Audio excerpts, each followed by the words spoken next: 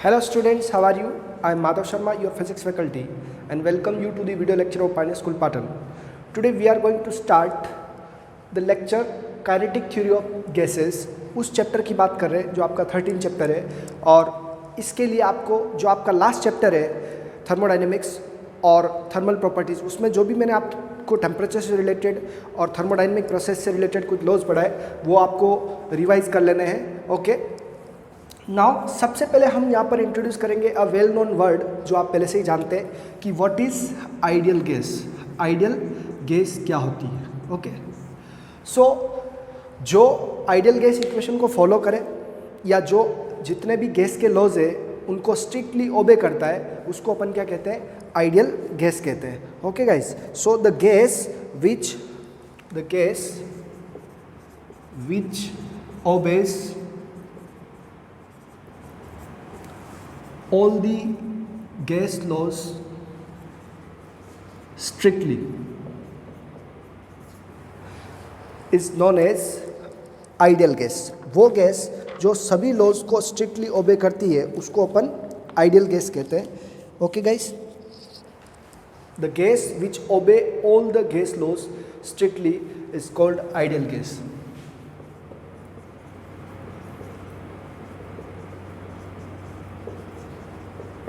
Basically ideal gas के लिए अपन small way में दो बात करें कि आइडियल गैस हैज़ फर्स्ट, इसके जो मॉलिक्यूल की साइज है वो बिल्कुल नेग्लिजिबल लेनी है. The size of the molecule of gas is zero. The size of molecule of ideal gas is zero. ठीक है, ये कुछ करेक्टरिस्टिक्स है जो आइडियल गैस में होगी. सेकंड थिंग, आइडियल गैस के जो मॉलिक्यूल्स है उनमें ना तो कोई अट्रैक्शन रहेगा और ना कोई रिपल्शन रहेगा. Okay, so there is no force of attraction और repulsion amongst the molecules of the gas. Means we can say there is no, या यहाँ से अगर अपन इसको कनेक्ट करें, has no attraction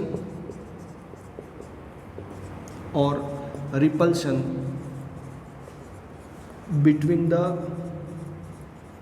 molecules of gas.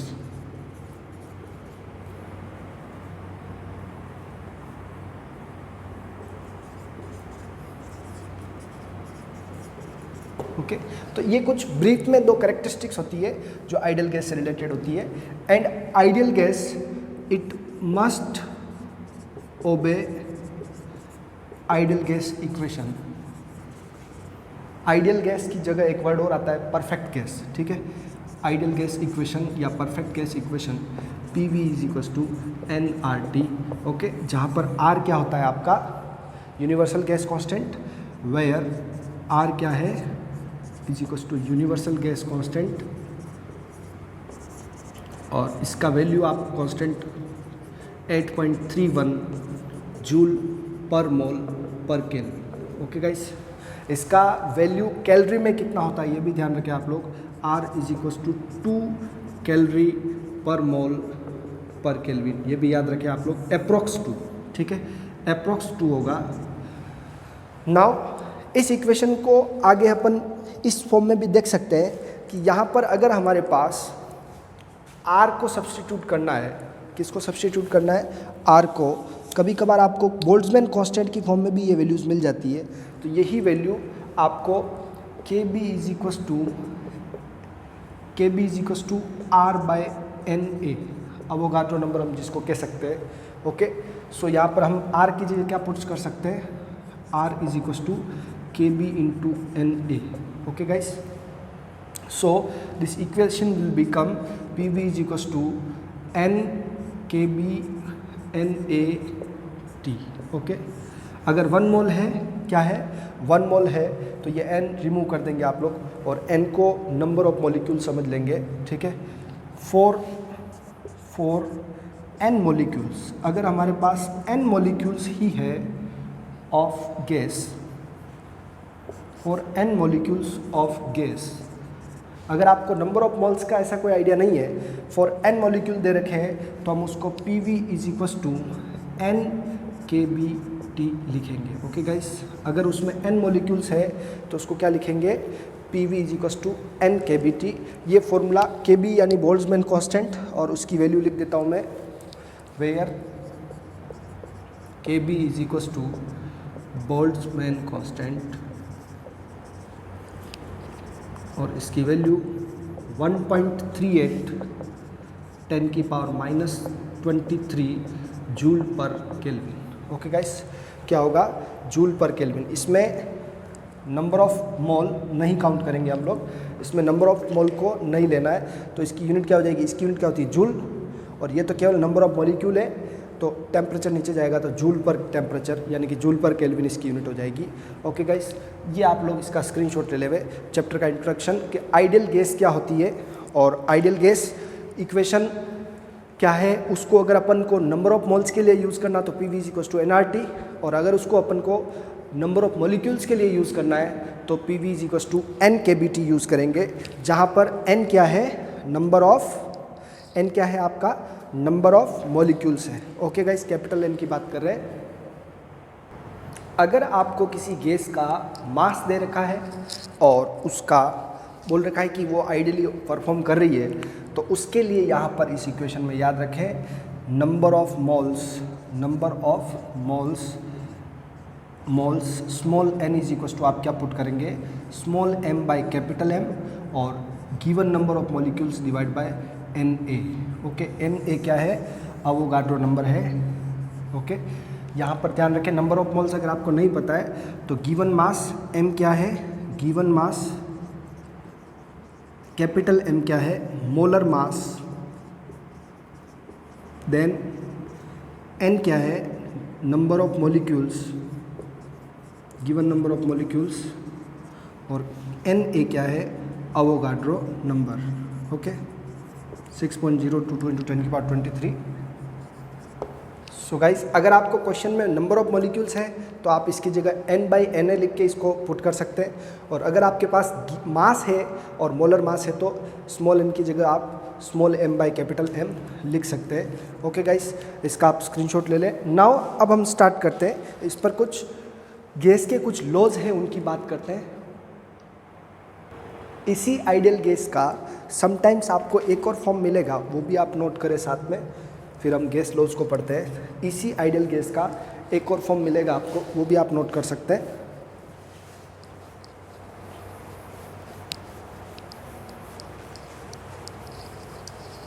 लिख लीजिएगा आप का one more form of ideal gas equation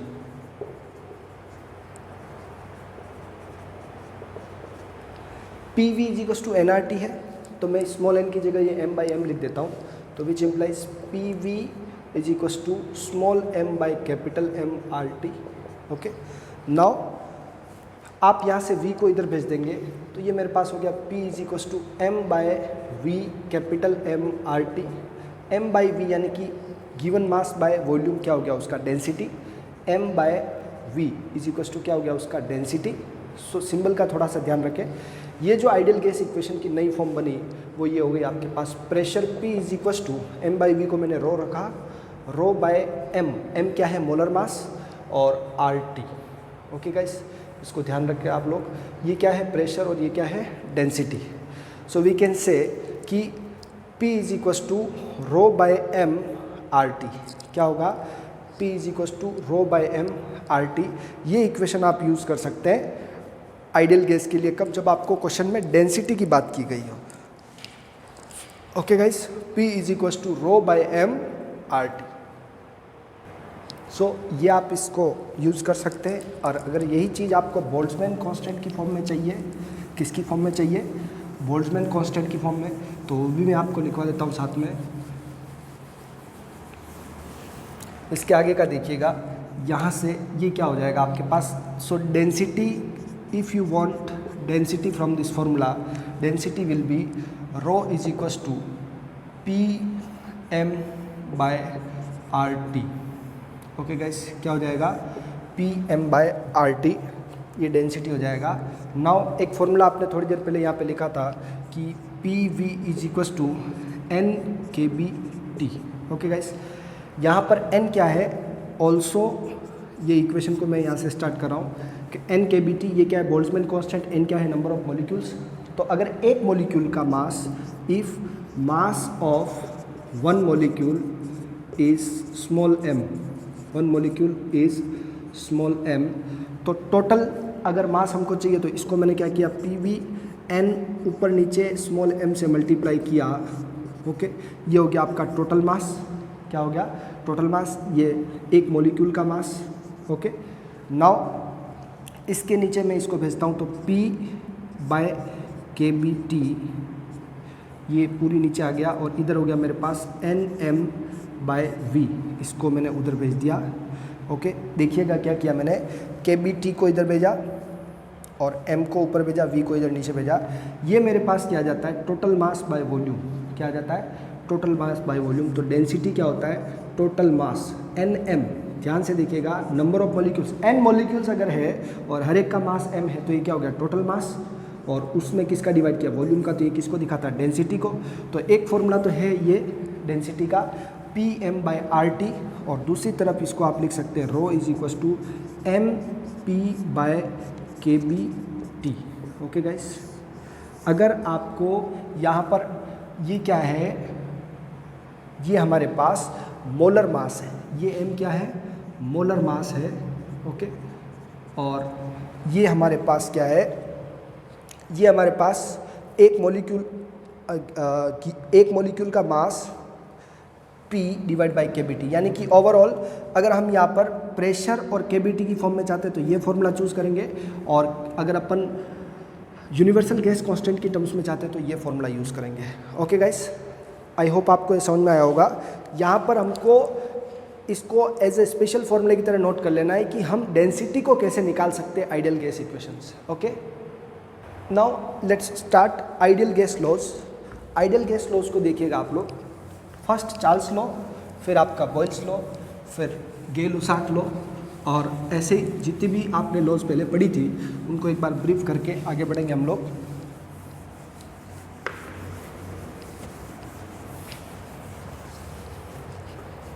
gas laws,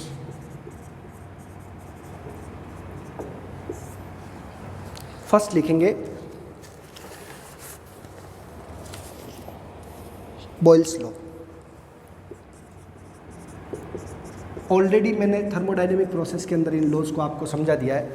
boils law states that volume is inversely proportional to pressure at constant temperature. Okay, volume is inversely proportional to pressure at constant temperature. Okay guys, so we can say P V is equals to क्या होता है, constant.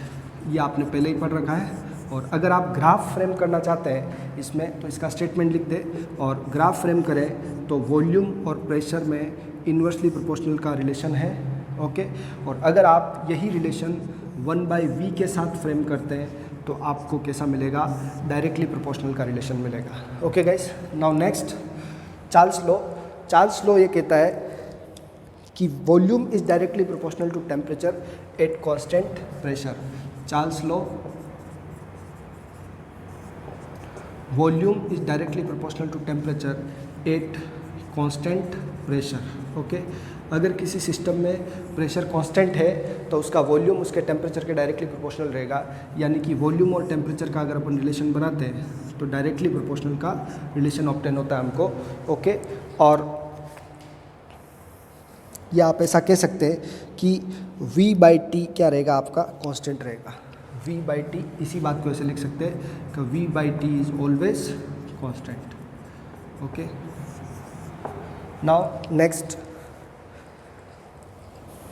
गे-लुसाक्स law pressure और temperature के बीच में है।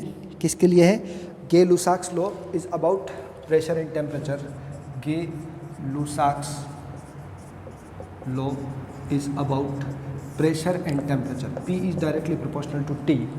Okay, जैसे ये volume directly proportional to temperature है, वैसे P is directly proportional to क्या होगा, T। It means P/T is always constant, P by T is always constant, और इसमें आपका क्या रहेगा, एट कांस्टेंट वॉल्यूम। ओके, ये सभी लॉज आपको मैंने पहले यहाँ पर आपका आइसोथर्मल में समझाया था, इसको उसको आपको आइसोबेरिक में, इसको आपको आइसोकोरिक में, ये सभी लॉज आपने पहले देख चुके हैं। ओके, नाउ नेक्स्ट जो इस चैप्टर में आपको नया मिल रहा है वो है एवोगाड्रोज लॉ। क्या है Avogadro's law? It states that at the same temperature and pressure equal volume of all the gases contain equal number of moles.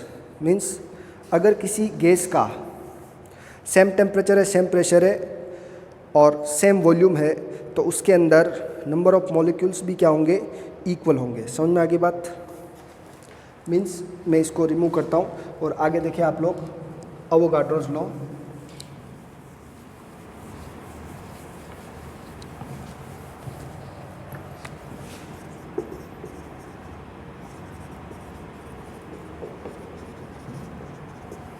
Avogadro's law क्या कहता है ये कि for same temperature and pressure for equal volume of two gases number of molecules is same. Number of molecules क्या होंगे, same होंगे। Okay guys, अगर दो गैस है जिनका टेम्परेचर सेम, प्रेशर भी सेम और वॉल्यूम भी क्या है, सेम है, तो उनका नंबर ऑफ मॉलिक्यूल्स भी क्या होंगे, सेम होंगे। तो for same P V and T, N1 किसके इक्वल होगा, N2 के इक्वल होगा। पहली गैस के नंबर ऑफ मॉलिक्यूल्स दूसरी गैस के नंबर ऑफ मॉलिक्यूल्स के इक्वल रहेंगे। ओके गाइस, सो यहाँ पर आप ऐसा समझे कि P V is equals to N R T जो इक्वेशन है, या P V is equals to N K B T, वो आपने लिखा है। क्या लिखा है? P V is equals to N क्या है, number of molecules, K B T है। तो ये जो अगर चीज़ें सब सेम हैं तो एन भी क्या होगा, ऑब्वियस सी बात है, सेम होगा।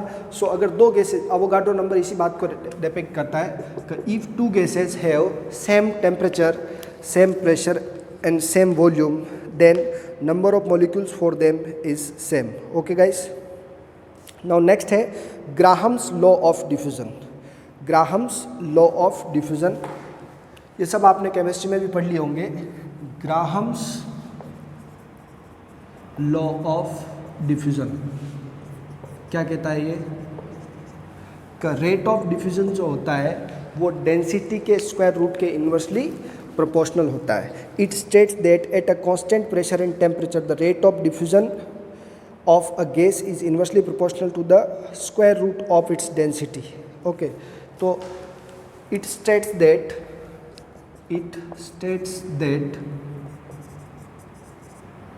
for constant temperature and pressure, rate of diffusion of a gas is inversely proportional to the square root of its density. इसकी डेंसिटी के स्क्वायर रूट के इन्वर्सली प्रोपोर्शनल होगा। मीन्स अगर आप इसकी रेट ऑफ डिफ्यूजन को अगर R से लिखते हैं तो वो इन्वर्सली प्रोपोर्शनल होगा उसकी डेंसिटी के। For constant P and T। Okay, तो फॉर P, T क्या आना चाहिए, कांस्टेंट। ओके गाइस, सो अगर किसी गैस के लिए आप कांस्टेंट टेम्परेचर और प्रेशर लेते हैं, प्रेशर और टेम्परेचर वेरी नहीं करे, तो उसका रेट ऑफ डिफ्यूजन जो है वो क्या रहेगा, डेंसिटी के स्क्वायर रूट के इन्वर्सली प्रोपोर्शनल होगा, rate of diffusion. Okay guys, ये जो थे वो सभी आपके लिए गैस के लॉज से। Last one, Dalton's law of partial pressure. Dalton's law of partial pressure, अगर किसी कंटेनर में बहुत सारी गैसेज है तो ये डाल्टन्स लॉ पार्शियल प्रेशर कहता है कि सभी के प्रेशर के सम के इक्वल टोटल प्रेशर एग्जर्ट होगा। So Dalton's law of partial pressure states that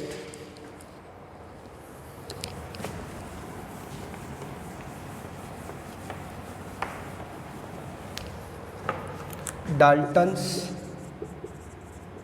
law of partial pressure.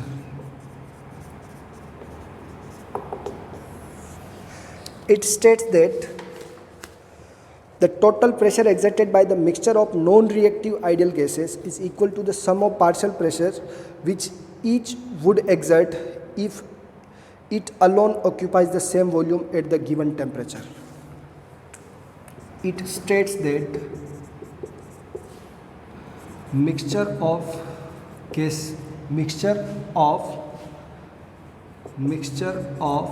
non-reacting gases, non-reacting ideal gases exert pressure equal to sum of pressure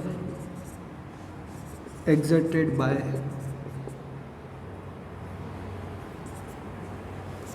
them independently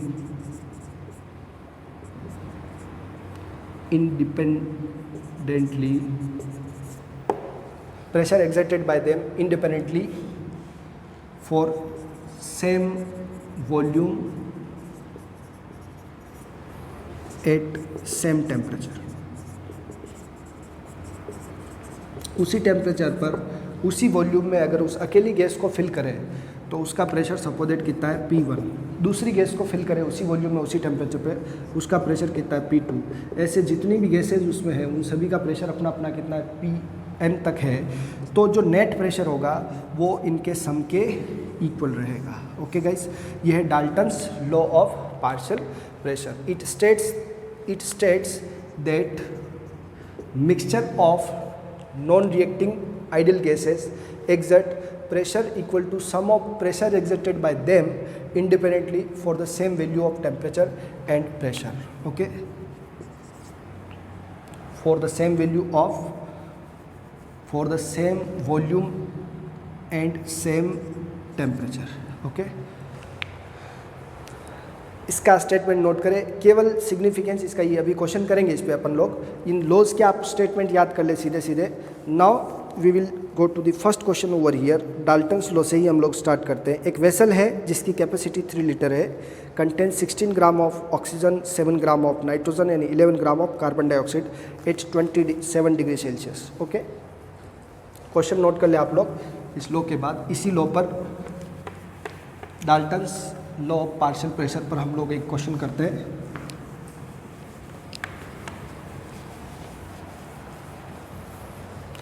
volume of a container is 3 litre. Volume of a container is 3 litre. Okay, it contains 16 gram of oxygen, it contain 16 gram of oxygen, okay, 7 gram of nitrogen, 7 gram of nitrogen and 11 gram of carbon dioxide, 11 gram of CO2 at 27 degree Celsius. Then what is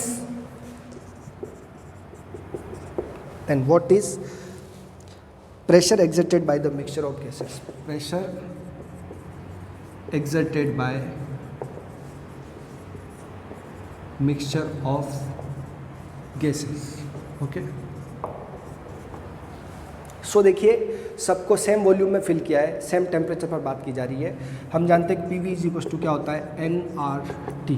okay guys, अब हम बात कर लेते हैं इसकी कि pressure का formula क्या होता है nRT/V। ओके, सो हम ये कह सकते हैं कि since by Dalton's law of partial pressure पर सपोज दैट हमारे पास जो P है वो क्या है, सबके सम के इक्वल होगा। तो 3 गैसेज है तो हम P1 plus P2 plus P3 कर देते हैं। जो भी आपका रिजल्टेंट प्रेशर है P, वो P1 के ऊपर डिपेंड करेगा, यानी कि N1 RT/V।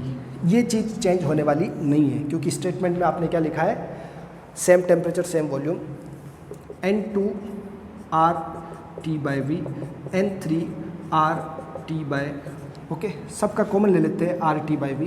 N1 क्या होता है, given mass by molar mass. Second N2 क्या होता है, given mass by molar mass. N3 क्या होता है, given mass by molar mass, यानी कि नंबर ऑफ मोल्स जो होते हैं वो given mass by molar mass होता है। समझ में आ गई बात, given mass by molar mass. Okay guys, थोड़ा सा मैं इसको एक्सपांड करके लिख रहा हूँ, आप ध्यान से देखेंगे। नाउ यहाँ पर हमारे पास RT/V क्या आ गया, कॉमन। अब वैल्यूज पुट कर देते हैं। फर्स्ट का मास कितना दे रखा हमको, 16 ग्राम, फिर उसका मोलर मास कितना होता है, तो 16/32 ऑक्सीजन का मास। ओके, नाउ इसका मास कितना है हमारे पास, सेकंड का 7 ग्राम। 7 ग्राम नाइट्रोजन N2 होता है, नाइट्रोजन गैस है। ओके, सो N2 का मास 28 होता है, 14 और 14 28। नाउ ये हमारे पास थर्ड है CO2, कार्बन का 12, ऑक्सीजन का 32, so it will be 44। Okay, so हमारे पास 11/44। ओके गाइस, और ये आपका R क्या होता है, 8.3, और T टेम्परेचर 27 डिग्री सेल्सियस है। टेम्परेचर को किस में कर देंगे हम लोग, केल्विन में, सो इट विल बी 300 केल्विन। और 3 लीटर जो होता है आपका 3 × 10⁻³ मीटर क्यूब में इसका वॉल्यूम हमको यूज़ करना है। ओके गाइस, आई होप आपको क्लियर हो रहा होगा। नाउ अब थोड़ा मैं इसको कट करके सिंपल कर देता हूँ। तो ये हो गया मेरा 1/2। ओके, थोड़ा सा मैं यहाँ पर कैलकुलेशन को ईजी कर देता हूँ। प्रेशर चाहिए आपको 1/2 प्लस ये हो गया आपका 1/4 प्लस 1/4। ओके, ये कट हो रहे सभी, इजी कैलकुलेशन है। और नाउ ये हमारे पास 8.3 multiply by 300 divide by 3 × 10⁻³ okay guys, कितना सिंपल क्वेश्चन हो गया ये। आपके पास प्रेशर आ जाएगा पास्कल में, सोल्व कर ले। ये पूरा कितना आ रहा है, 1 आ रहा है। ओके, सो आप इसको सिंपल सा 300 में 3 × 10⁻³ का डिवाइड करें तो ये आपको मिल जाएगा अप्रोक्सीमेटली 8.3 ATM। कितना मिल जाएगा, 8.3 ATM में निकाल देते हैं इसको, ठीक रहेगा, 8.3 ATM। Okay guys, note down करें इसको, स्क्रीनशॉट लेके सोल्व करें। Dalton's law of partial pressure पर ये क्वेश्चन था आपके लिए। ओके, जो भी आपका आंसर आता है उसको इससे मैच कर ले। 8.3, और आप ऐसा भी लिख सकते हैं 8.3 10⁵ पास्कल। ओके, जो आपको मैच हो उससे MCQ से मैच कर ले आप लोग। नेक्स्ट है कि एक सिलेंडर है जो पर्टिकुलर एक टेम्परेचर पर कुछ उसका प्रेशर है और मैक्सिमम प्रेशर वो इतना बियर कर सकता है। तो बताइए उसको किस टेम्परेचर तक हीट किया जाए at constant volume. Okay,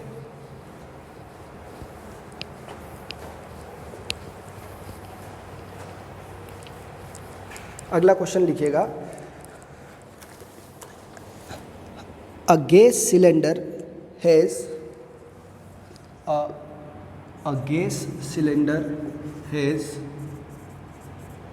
walls which can bear the maximum pressure of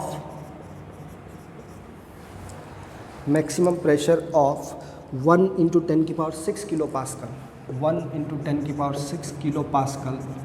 okay, इतना उसका मैक्सिमम प्रेशर बियर हो सकता है। If pressure of it at temperature 300 kelvin is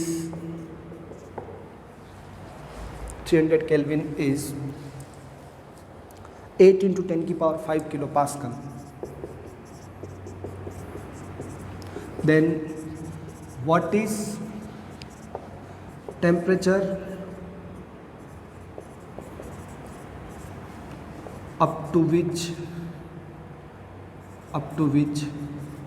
it must be heated at for constant volume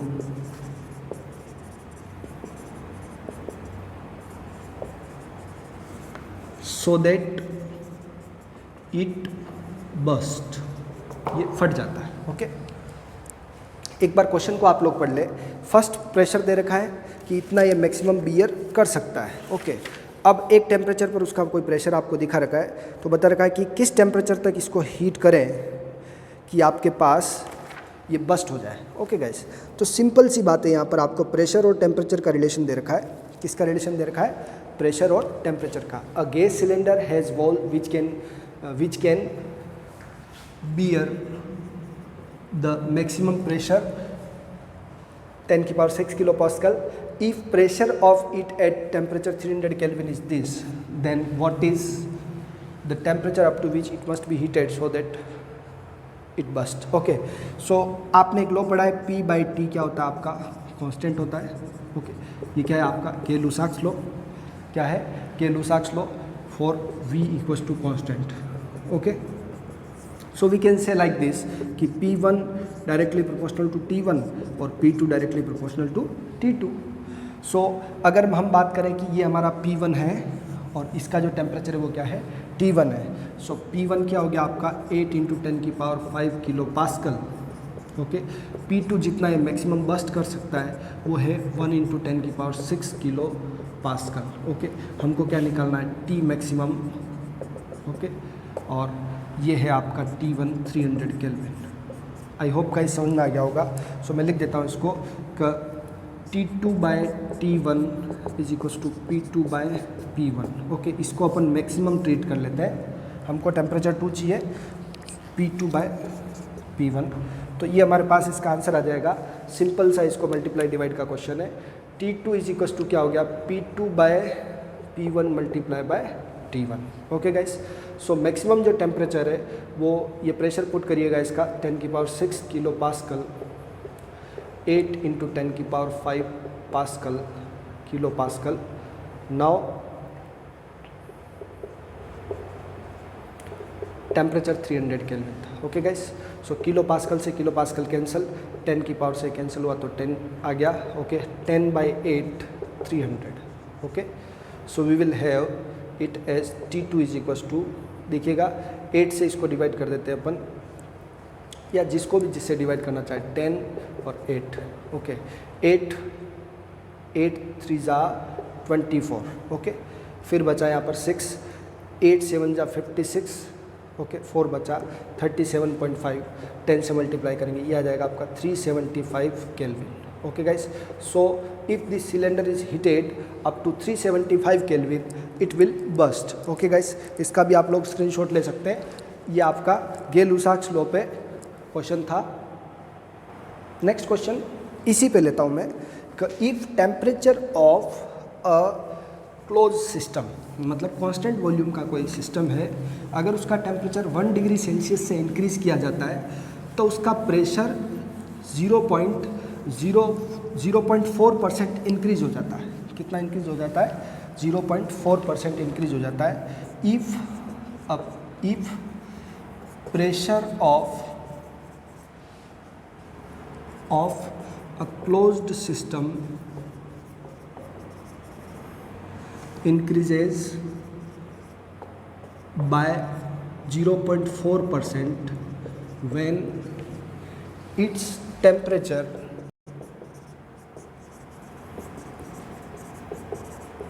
increases by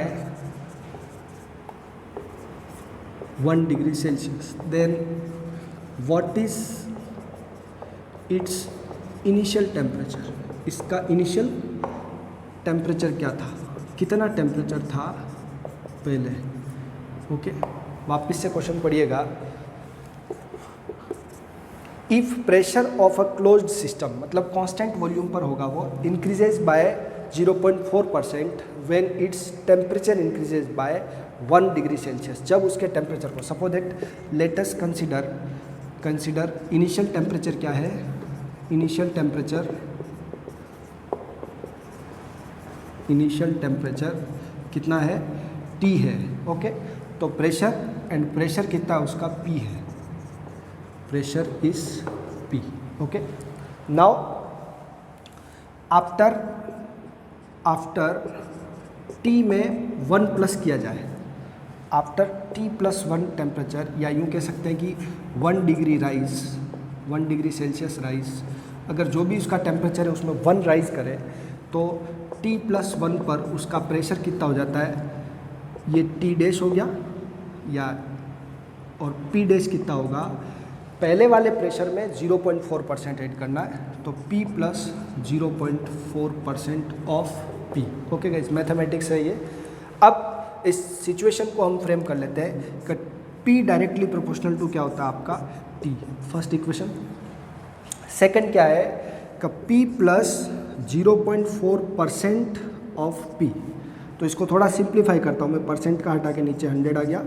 okay, और directly proportional to क्या हो गया T+1। Okay, so what it will B, ये क्या हो जाएगा देखिए आप लोग, P + 0.004 P। ओके, और ये हमारे पास आ जाएगा T+1, वही रहेगा पहले की तरह। इसको मैं लिख सकता हूँ 1.004 P directly proportional to T+1।